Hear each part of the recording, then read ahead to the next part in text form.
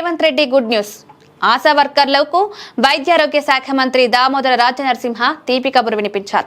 ఆశా వర్కర్ల సమస్యల పరిష్కారానికి ప్రభుత్వం పూర్తిగా సిద్ధంగా ప్రకటించారు. వారి డిమాండ్లను ఒక్కొక్కటిగా పరిష్కరించేందుకు సర్కార్ అన్ని రకాల చర్యలు తీసుకుంటుందన్నారు. రాజకీయ నాయకుల ట్రాప్ లో పడొద్దని, వారి ఉచ్చులో ఇరుక్కుని భవిష్యత్తు పాడు చేసుకోవద్దని మంత్రి సూచించారు. తెలంగాణలో నిరసనలు చేయడం కొత్తేమీ కాదని, నిరసనలకు తమ ప్రభుత్వం అవకాశం కూడా ఇచ్చిందన్నారు. అయితే రాజకీయంగా నాయకులు లబ్ధి పొందేందుకు, రెచ్చగొట్టేందుకు ప్రయత్నిస్తే ఆ ట్రాప్ లో పడొద్దని ఆశా వర్కర్లకు సూచించారు. ఆర్థిక పరిస్థితులు బేరీజు వేసుకుని సమయానుకూలంగా అన్ని డిమాండ్లను పరిష్కరిస్తామన్నారు. 6 డిమాండ్లను ఒకదాని తర్వాత ఒకటిగా పరిష్కరించేందుకు ప్రయత్నిస్తున్నామని వెల్లడించారు. ప్రభుత్వం వచ్చి ఏడాది మాత్రమే పూర్తయిందని తెలిపిన మంత్రి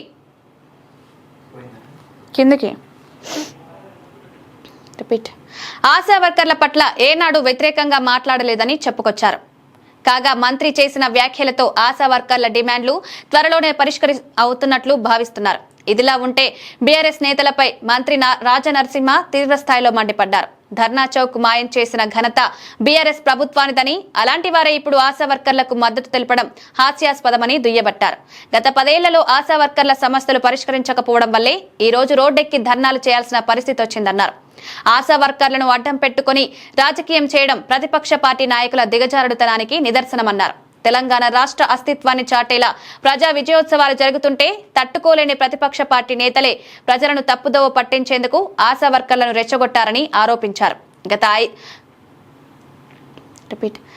10 ఏళ్లలో ఆశా వర్కర్లు తమ జీతాలు పెంచాలని ఎన్నిసార్లు నిరసనలు, ధర్నాలు చేపట్టారో గుర్తు తెచ్చుకోవాలన్నారు. అప్పుడు ఏమాత్రం పట్టించుకోని వాళ్ళు ఇప్పుడు మొసలి కన్నీరు కారుస్తున్నారన్నారు.